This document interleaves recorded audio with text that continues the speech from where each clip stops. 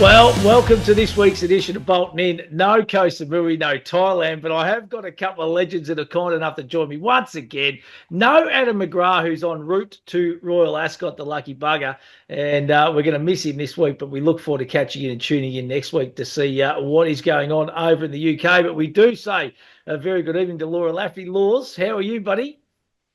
Hi, I'm really good. I'm on uni holidays at the moment, so down in Warrnambool. Yeah, chilling out, not doing much, but yeah, very jealous of Adam. I didn't know he was going to Royal Ascot actually, so very exciting. Can't wait to hear all Yeah, about it next. he gets around. He jet sets around the world a little bit like this bloke, Laura, Chris Roots. And I'll tell you what, after last week, Chris, fair dinkum, you put on a tipping exhibition, mate. You could just about be flying first class, I reckon, to Royal Ascot this week. Well played last week. Fantastic tipping performance. Well, yeah, you just I had to get invited back, so I had to tip a couple of winners. So got a little bit of luck. Even the blind mice get this cheese sometimes. Hey, let's recap last weekend's racing, and we'll start off with the Kingsford Smith Cup. And this was a phenomenal victory for mine. Just that last kind of 100 metres, and the way Jolly Star wanted to find the line. I think in playing in betting, you would have thought, look, gonna run an absolute cracking race here. You know, you'd probably walk away still happy, but to get the bob in and get the photo, it was quite phenomenal, wasn't it, Chris? It was, and James McDonald's on the record as saying he didn't think he could win until the last three strides, and that just shows the sprint that Jolly Star has when it's at the top of its game. If you go back and look at the race, the two leaders dominated, and they've beaten the rest by 2.5, 3 lengths. And Jolly Star's given them three or four and run them down and got there right on the line. Thank God for people who supported it like myself. And it was just a phenomenal win and sort of gives you an idea what she might be able to do against that horse from Hong Kong.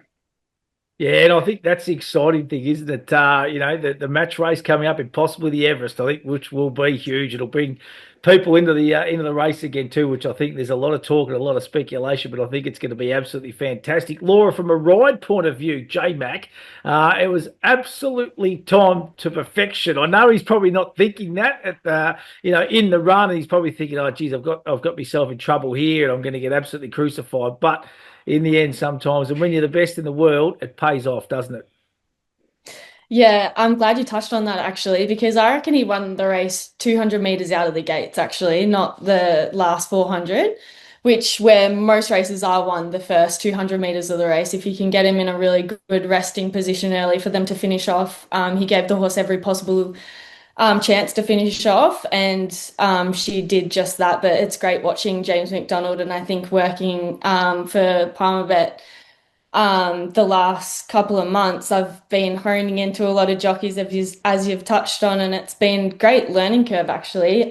Great watching James, and just like in the Oaks, he very rarely gets it wrong. And I liked how he V-lined straight to the rail, as you could see, one off the rail, sorry, as you could see on the helicopter footage. He was really quick to get a position and he bullies Giga Kick out of it. Even if Giga Kick wanted to get sit a pair closer. He's just didn't, he shows so much dominance, James McDonald. He gets the position where he wants and he bullies, Mark Zara out of it. And, he would have wanted to come back Mark Zara anyway, because the worst position to be is one off the fence and having someone three wide breathing down your neck and your horses get over racing. So, in a lot of cases, you want to sort of come back and, Mark Zara is probably thinking, I'll just come back. My horse is going to be more comfortable further back. I'm going to be on the back of the favourite and I won't have him sort of breathing down my neck, annoying me the whole way, getting into a bumping duel. But he's just so good at it, isn't he? And that's why he probably doesn't get caught three wide too often either, James. And yeah, he just got into a lovely spot. But yeah, Giga Kick was on the back foot. But don't think he loved the conditions either. Didn't change the result. But touch on Zaros. The Zarastro? Yeah, it has an awful head carriage, doesn't it? It's one of the most annoying feelings as a jockey having a horse's head up and not being able to really push it out and lengthen. So it probably cost the horse the win, that horse, by not sort of flattening. And when you're asking for an effort, especially from the 400 to the two and then the finish, when they're not like dropping down and lengthening out and their stride length increases, it's hard to win, and it cost the horse the race really. It's got a very high head carriage. It didn't drop and lengthen, and for that reason, its stride length was just, doing two to Jolly Star's one. And yeah, it was a good race to watch. And yeah, I can't wait to sort of see them continue on as well. Well, one of those horses, and we'll get to it a little bit later on, pushing on, of course, to the Stradbroke is Golden Mile, who ran a cracking race. And I know and I think both you two are pretty keen on this horse on the quick backup, stepping out to the 1400. We'll move to the Queensland Oaks Wang. Great training performance by Chris Lees. This was a really good victory, but there was a sad story in the race for mine, and it was Benegill. Chris Roots, certainly beaten, do you think? Yeah, it didn't have the best of luck, but then again, the horse that won the race and Pinato, which was outside it, both had wide runs, and they did a lot of work to get to where they did, Yes. and they proved the best stayers. But we never really got to see what Benegill could do. We never got to see whether it could extend and find the line. I think it was a very interesting way that Chris Lees decided to go with this horse. He obviously said, right, I've got one shot at an Oaks, and the preparation was all tuned to 2,200 metres at Eagle Farm on that day, and he got it exactly right. I spoke to James Cummings this week, the now on the way to Hong Kong James Cummings. He had a bit of a bad day there. He ran second and third in two Group 1s, but he just said, I had them ready to go on the day, and they just found one better, and that's what he put it down to. What'd you take the rides in the Oaks, Laws? You couldn't get a better ride. I didn't think Tommy Berry. He just rode that horse an absolute treat. Yeah, watched it time and time again. He done nothing wrong for him to get. I thought he was in a tricky position. 3, 4 back the fence is always going to be tricky, but the way he extricated off the fence in the vital stages of the race, because it was a little bit of a muddly run race. So he done a very good job. You could throw a blanket over him across the last sort of home turn. So he done a very good job to get himself out of trouble, and got the right splits at the right time and finished off super. But Benegill was a super run. I thought she might have come to the end of her prep, but she proved me wrong, and I'm glad to be wrong because, yeah, I wish the best for Glenn Thompson going out on his own. Training wise after the late Mike Moroney passed away, so I wish him all the best. But yeah, you're definitely right. I don't think, in my opinion, it would have changed the results though. But she ran super, and yeah, I heard that Glenn's pushing on with her too, could possibly run in the next couple of weeks with her. So it'll be interesting to see her hopefully get an uninterrupted run wherever she goes to see what's really under the tank, because she didn't get past third gear again. So Philia, I thought race tired the favorite. She had a gut buster the start before. That's why I didn't sort of like her. And as a jockey, it's one of the worst, not a favorable sort of position to be in, being on a horse that gives a gut buster every single time. They're bound to sort of weaken or a little bit late when they get to these, bigger races time and time and time again. And I thought she was just a little bit tired late. But yeah, it was a good race to watch. And I thought all the girls done a really good job. 2,200 metres. I know the first three gapped the field, but there was a good strong bunch in the second tier that were holding and maintaining a gallop to the line, I thought. And some horses to follow out of it, that is for sure. Hey, what about the Derby, of course, pushed back a week. Great victory, and well done to John O'Shea and Tommy Charlton. They Quinella the race, but it was a really impressive victory at a nice price for Maison Louise, wasn't it, Chris? Yeah, lovely ride again. And I think coming out of the race, Maison Louise might be the Derby winner, but the other horse of John O'Shea's, King of Thunder, is going to be the one to follow. I think it's now run second in a Derby. It qualifies for all the bigger races. It'll get in with minimum weights and things like that. So race like the Metropolitan's probably the go in the spring. I don't think John will push onto the Cups. I think he's a great believer that they need that 4-year-old preparation to be ready to take them on in the Melbourne Cup as a 5-year-old, and you've got plenty of time with these sires, but it's got a big future ahead. And out of that race, that'd be the one I'd be taking forward and looking at what price. I think it's $26 in the Metropolitan. If it gets there, I don't think it'll be $26 on the day. Let's move along to this week's Group 1s, and it's a cracking couple of races too. The JJ Atkins is over the 1600, race number 6 on Saturday, and the Chris Muntz train Cool Archie. It is at Palm, bet favourite at $3.70. Hidden Achievement at $6. Grafter Burners at $7. Navy Pilot $9.50. Farnacle $10. Providence $11. Aerodrome $13. Zebra Finch 14, Talk to Be Sure 21, and Regulated Affair at $27. Cool Archie looking for 5 or 6 on the bounce. Laura Lafferty going to be very, very hard to beat, because I just like the way and the victories this horse has been putting down has been very, very impressive. It's the winning margins, isn't it? Yeah, you're absolutely right. I wanted to come into this race and find something to knock this horse, and I watched every single one of its starts and I just couldn't. And for that reason, it's stayed as my best bet. But I did try and find something else. But like you said, it's just winning with dominance, and it's winning races that it shouldn't be winning. Like from last, it's overcoming a lot. Even 2 starts back. Get my notes up here, sorry. Even 2 starts back, when it sort of hits the front and labours a little bit, and then the 2 to the outside look, the horses to the outside look, it's just going to run over the top of it, sort of sees them and then comes again. So I really like that it's super competitive. It's got a great mindset and a real will to win. So for that reason, I'm going with the favourite as my best bet, Cool Archie. I love its will to win, and you can't teach that in horses. And I think, it'll be hard for it to win another race again, but the way it's just putting wins on the board, I can't see anything stopping it though. So that's my best bet for the JJ Atkins. And my value bet, I've got Talk to Be Sure. Last start, had a nice run. First half of the race, used no carrots and finished off with a real powerful finish. And it's a jockey's best friend, having horses just getting ready, prime, into its races first, second, third, up into its grand final. And I think this horse has just had a really nice prep. Didn't have too much of that hard run last start, finished off really well. It wasn't a gut buster, but in really good company, good hit out, coming to wet to try on stud day it looks. Stepping up to 1600, which I think he's crying out for. So I think it really sets up for him. And he's drifting, I think. Value bet is Talk to Be Sure. Righto, the 2-year-old colt here, Cool Archie, Chris Roots. Are you with him as well? And I just reckon 1600 metres. I know steps out for the first time, but I reckon it is going to be absolutely smack bang in his absolute optimum distance range for mine. And Chris Muntz knows how to train a winner for these feature races, doesn't he? Yeah, the son Corey with him in partnership, of course, now, and they've done a great job with this horse.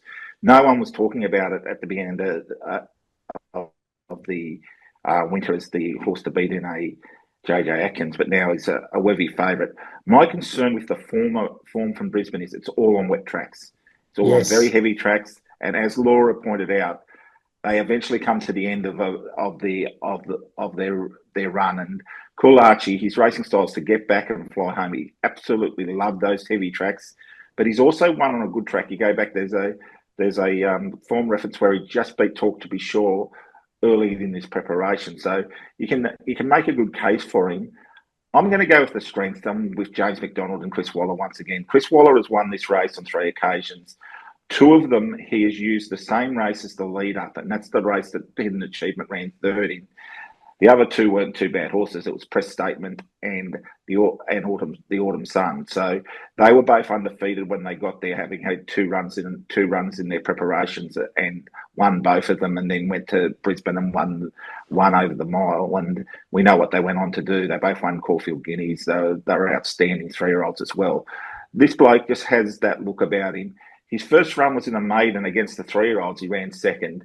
Then he went to Gosford on the standalone day there, and I thought that was the run of a horse that was just looking for a mile, but just had too much brilliance for them. And last start, he went to this 2-year-old race, which is varied in distance, but it's always been a couple of weeks out from the JJ Atkins. They went really slow in front, and he just dropped off them enough that he had too much to do, and he couldn't run down Zebra Finch late in that race. He was giving about a length and a half on the turn, and they got beaten about a long neck. But I think getting to a mile, and I don't think Chris would be sending him up there. I know James is very confident that he's on the right 2-year-old, and I think he can get the job done. He's been backed in from big odds in this race. He's now $5.50. I think that's the JMac. You're paying the JMac tax and the wallet tax a little bit there, but I think you'll find on Saturday he'll be very hard to beat. And going around the form in the race and looking at the horses that maybe didn't handle the conditions up in Brisbane but have been running well, Talk to Be Sure stands out. He's got that form reference on a good track against where he was beaten in a photo by the favourite, and you're getting $18 about him. I think he's the best value in the race. I think he'll be flying home. I think he'll be much better on top of the ground. Yeah, both on the same value runner. I can't go past the favour. I take your points though. Only been on the soft and the heavy ground. Coming back on top of the deck. He's at the end, towards the end of the preparation. I just reckon 1600 metres is absolutely smack bang up this horse's alley, and I reckon he might be something special. So Cool Archie goes on top for mine. The horse that I'm interested in at a little bit of value is a 10 from Kieran Martin, Navy Pilot. 14's into $9.50. Always a good sign, I reckon, when you see a Mar runner in a big feature race get supported like that too. And the only knock will be probably the same thing. Has been on heavy tracks the last couple of starts, but has been charging through the line late. So happy to play around about that $9, $10 mark each way play on the 10 Navy Pilot. Let's move along. He's a very interesting runner, mainly because he was favourite at one point for this race, and then got beaten at Ipswich and blew out, and they still brought him along to this race. So it means that they had it in mind all the way. I think there might have been some early support from the stable there. So he might just be peaking for the mile.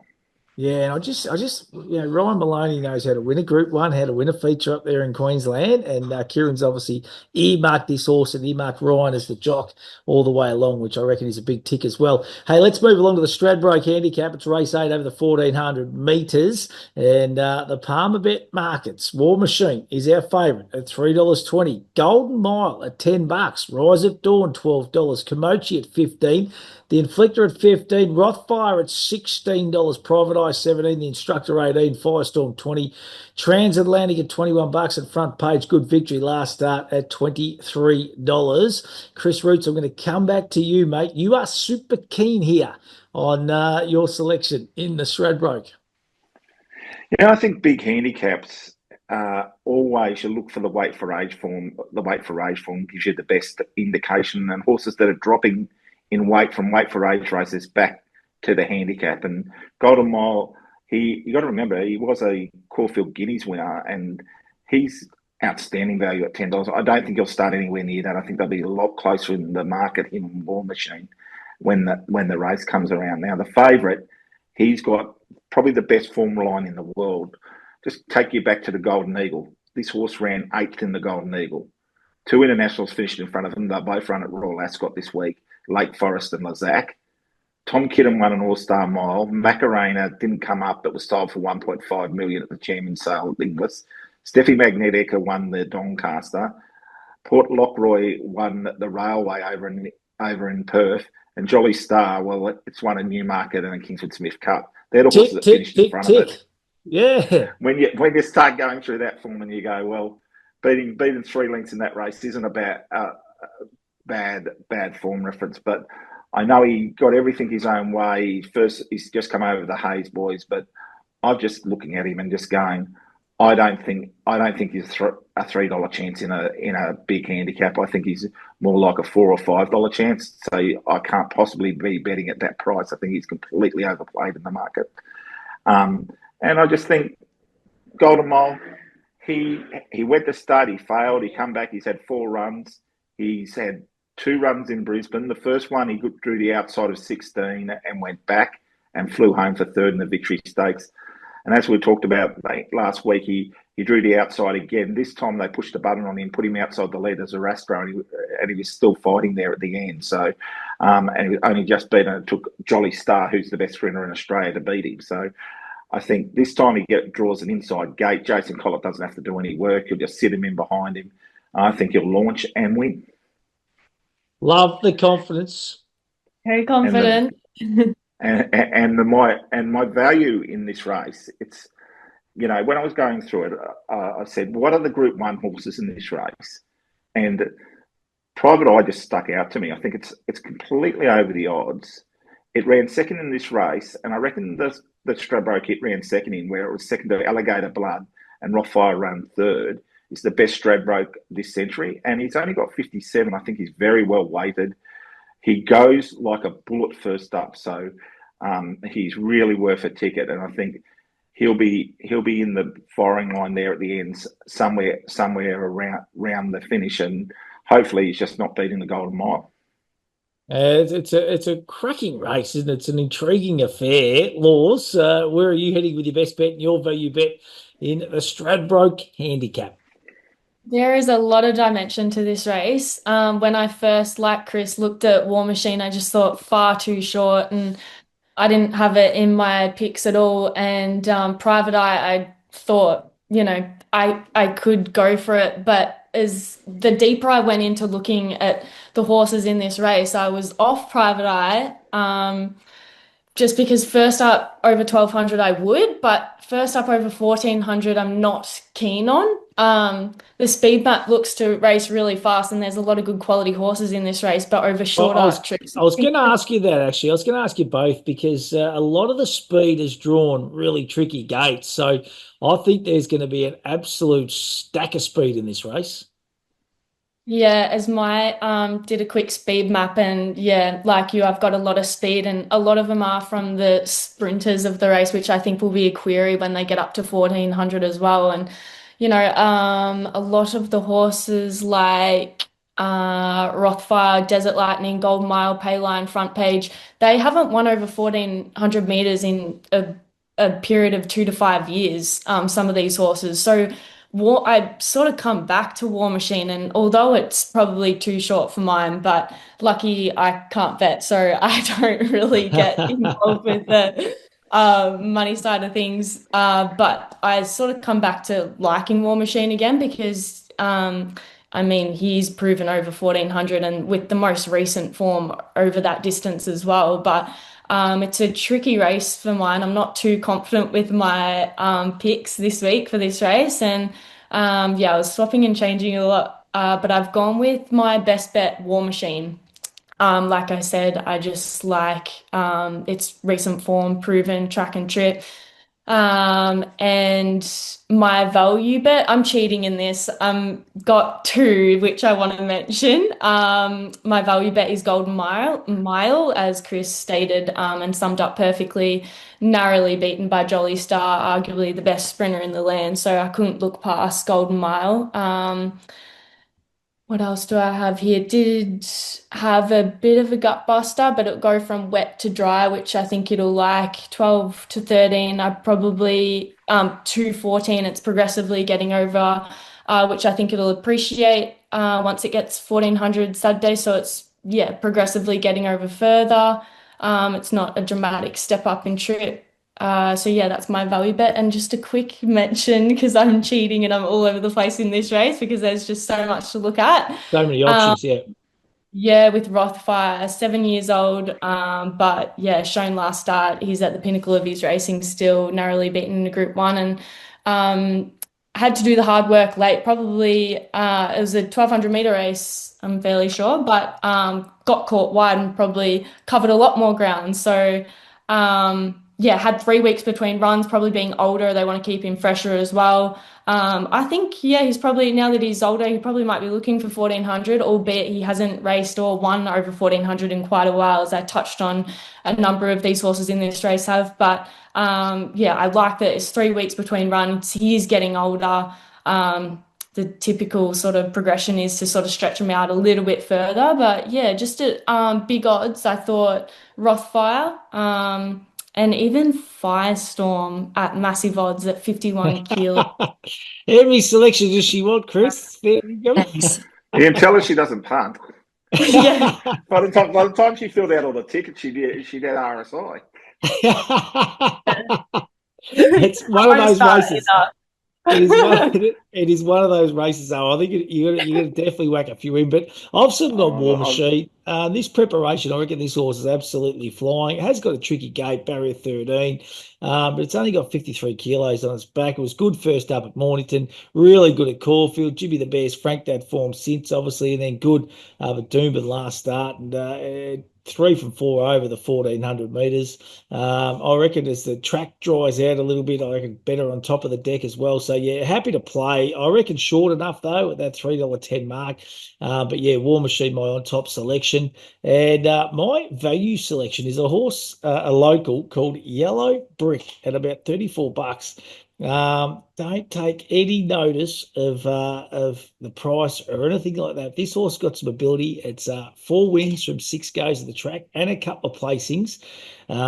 2 from 3 this track and distance. Has got 2 wins second up, and is a big ridiculous price for mine. And Yellow Brick goes in as my value runner, but it is going to be a cracking race, the Stradbroke. I reckon you could have 8 or 10 selections and still possibly miss it. Righto, what else have we got around the country? Laws, I'm coming back to you first, mate. Let's find us a winner somewhere else, all thanks to Palmerbet. Yeah, I'm back at Eagle Farm on Saturday, race 7, number 15, Al Marzillo. Loved his win at Flemington, 2 starts back with Craig Booms. It was a very, very dominant win. It is a big step up in grade on Saturday, but drawn terrible. But I think it's a place chance at large odds, and it's got 54 kilos. And it's not the strongest group 2 I've ever seen either. So maybe it place odds there. Race 7, number 15, and another one, Faulkner Park, which I think Chris Brutes has got as well. It's favourite, but race 9, number 1, drawn well, ultra consistent, down in grade, narrowly beaten last start, and yeah, that's my other tips. Well, I'll tell you what, you can do worse than tipping whatever Chris Roots is on at the moment, because he has been on fire the last couple of weeks. What have we got for around the country, mate? Yeah, well, we'll touch on Faulkner Park. I think getting back on a dry track is the key to him. He won this race last year. He dominated. I was there. He just careered away down the centre of the track, and they had him on a Caulfield Cup path. He never handled the Melbourne way of going, so it was always sort of, where do we go next during the spring? And then they sort of tried to go to Queen Elizabeth when there were easier roads to go. He gets back into a race that really suits him. Only 8 runners. I think he's 8 from 18 out on dry tracks. So that's about the stat that he is. So on the dry track, I think 220 is just stealing money. It'll be a nice way to double your bank at the end of the day. And I'll go back to Sydney, and Private Eye's little brother, King's Secret, in race 5, number 9. Now, Private Eye, when it started its career, it started in as a 3-year-old, and it went and won a race at Gosford, then won a race on the Kensington on a Friday, and then went to sort of progress that way and won 3 or 4 races on its way through. This horse, Joe Pride's taken his time with. It's the end of its 3-year-old campaign, but it won on a Saturday last start, and it won at the provincials. I think it's on the right path to go to much better things, and I think you'll see a very nice horse in King's Secret, and I think it's a very backable price on Saturday. So race 5, number 9, King's Secret. Let's hope we can find at least one winner out of those 2. Oh, I love it. Absolutely love the confidence from both you two with Faulkner Park. I'm going back on my home deck. I'm going back to Sandown on Saturday. Race 3, horse 8. Aha, from the Clinton McDonald stable. They backed this horse heavily last start. It was a good win at Sandown, and I reckon she's a pretty progressive filly on the up. So, yeah, been well supported in early markets too. Opened up at about $3.30. I think into about $2.70 a Palmerbet now. So, aha, race 3, number 8. Download the Palmerbet app. Of course, this winter carnival at Queensland, it has been a fantastic couple of weeks thus far, and hopefully it continues this weekend.